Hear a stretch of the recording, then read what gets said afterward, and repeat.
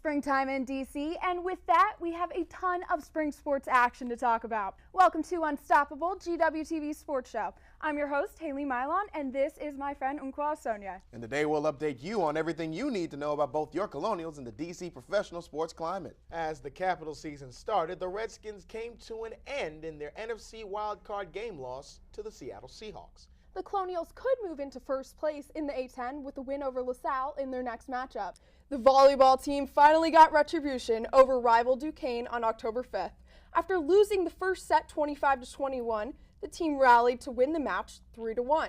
Our reporter Taylor Henderson has the scoop. Interesting. He scored in 5 straight matches and recorded a hat trick in the Colonials' 4-0 win over VMI. GW sailing freshman Daniel DeBello and Colin Kennedy entered into their college careers with a bang last week. Both sailors qualified for the Mid-Atlantic Championship after nabbing 2nd and 6th at the Annapolis Laser Regatta. Obviously, RG3 is a little bit rusty. Last year at this time, he had like 150 rushing yards, and after just 2 games this year, he's got like 25. So that's a big problem for the Redskins this year. Sacked 4 times. What is going on with that offensive line? I don't know if they're not used to playing with RG3 during the preseason or what their issue is, but it's not helping him out at all. Yeah, he has no pocket. It's also Mike Shanahan has revised the playbook for RG3 because of his limitations with his knee.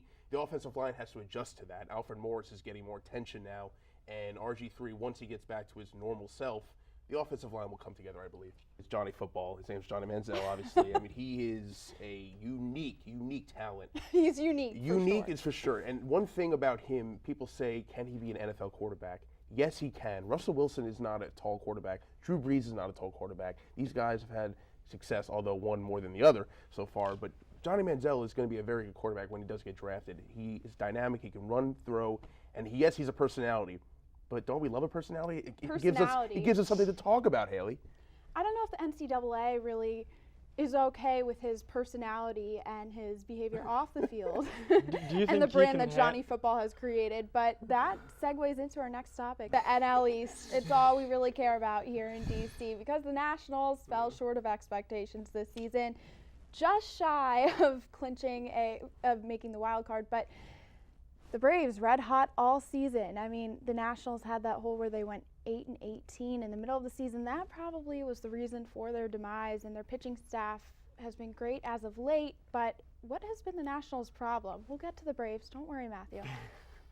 The Nationals' problem has simply been inconsistency. I know it's like a boring word, but they have so much talent. Dan Herron has been a complete disappointment. They're very lucky they only signed to a 1-year contract because he's not coming back next year. Yeah. However, Jason Worth had a great year. Ian Desmond's had a great year. Ryan Zimmerman's had a great year. You're thinking to yourself, how can this happen? The reason why it's happened is because they haven't been on the same page. Last year was nearly a flawless year. Everything gelled together. And shutting down Strasburg, looking back on it, big mistake, I believe. But at the same time, but it worked. Maybe we should just shut him down every season. Maybe they should. Maybe it's a lucky charm. Welcome back to Unstoppable. We talk a lot about varsity athletes here at GW, but there's another group of athletes that's gearing up for a tough season. We have an inside look at the club hockey team. So we're a D2 club hockey team. We play in the ACCHL. We play against teams like UNC, Duke, UVA. It's a pretty competitive league. We go kind of up and down the Atlantic coast. We consider ourselves a virtual varsity team.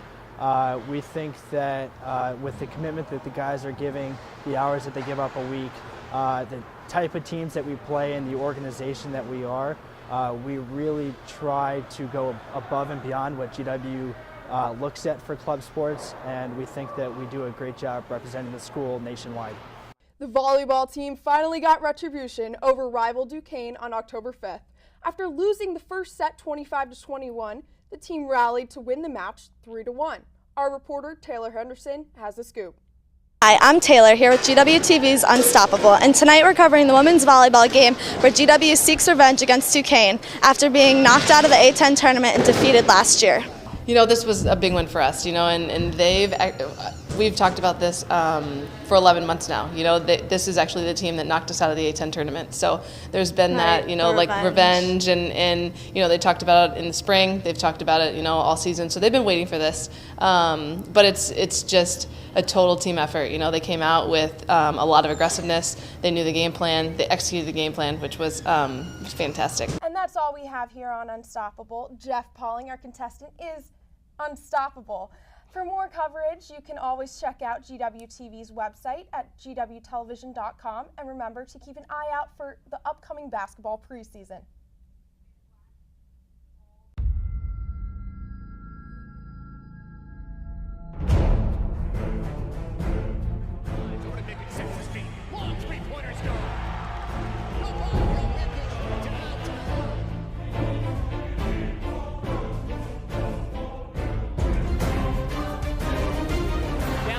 Right block by Edwards. George Washington defeats Dayton 50-58 on a play. Middle of the floor. The alley-oop. Slams it with one hand. Lines coast to coast. Slams it with